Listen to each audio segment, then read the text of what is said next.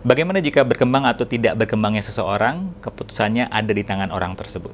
Become a vision holder, not just a problem solver with berkembangbersama.com.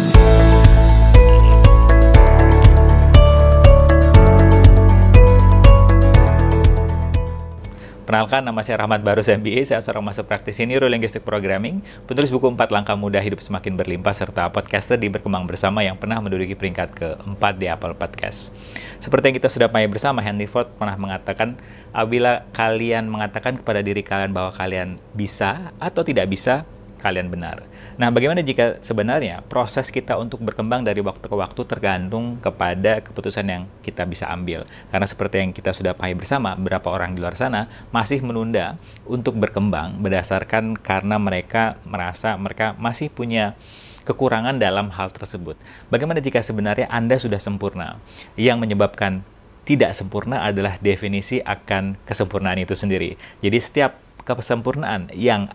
Jadi setiap definisi akan kesempurnaan yang Anda miliki sekarang, apakah Anda bersedia untuk hancurkan, cabut, dan batalkan semuanya? Yes. South Boss and Beyond. Dan seperti yang kita sudah pahami bersama juga, orang-orang di luar sana, bukan Anda yang ada di sini, itu masih membutuhkan validasi dari orang lain untuk berkarya. Dan bagaimana jika orang itu tidak akan pernah memberikan validasi kepada Anda akan karya yang Anda hasilkan? Oleh karena itu, bagaimana jika sekarang saatnya kita terus berkarya sesuai dengan kemampuan unik kita? Dan juga yang menghalangi orang untuk berkarya selanjutnya adalah takut akan judgement dari orang lain.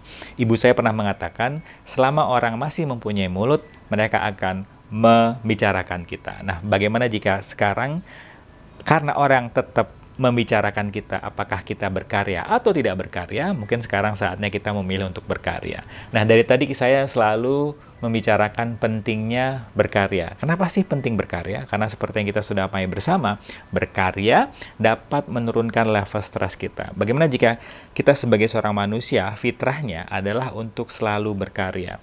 Dan bagaimana, ini juga menarik mungkin ya, bisa Anda pertimbangkan. Bagaimana jika stres yang datang itu hanyalah sebagai pengingat kepada kita bahwa ada potensi dalam diri kita yang sedang meminta digali. Akhirnya tubuh membuat sebuah tanda agar kita ngeh, agar kita melihat dengan dalam bentuk stres. Jadi sebenarnya stres itu adalah sebuah pertanda dari tubuh yang ingin bilang kepada kita bahwa, hey, kamu tuh sebenarnya punya potensi loh, tolong dong digali. Kalau enggak, kamu kondisinya tidak akan berubah.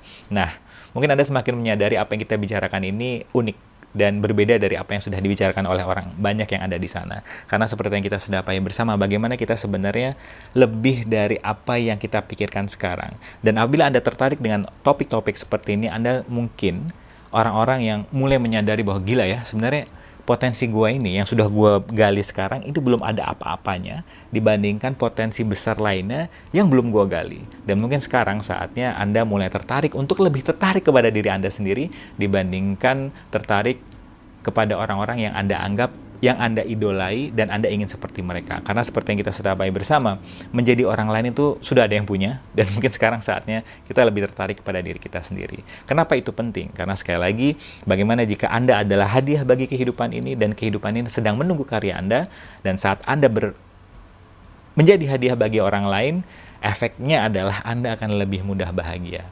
Karena saat kita mendahulukan kebahagiaan kita dengan terus berkarya, kebahagiaan orang lain, itu seperti keluarga Anda, karyawan Anda, perusahaan Anda akan juga bahagia. Karena yang saya perhatikan orang-orang yang berusaha untuk membahagiakan orang lain terlebih dahulu dan menunda kebahagiaan dia, level stresnya tinggi, dan dia tidak berhasil membahagiakan orang lain. Namun sebaliknya, saat kita membahagiakan diri kita terlebih dahulu, kita akan lebih cepat untuk membahagiakan orang lain. Terima kasih, sampai ketemu di episode berikutnya.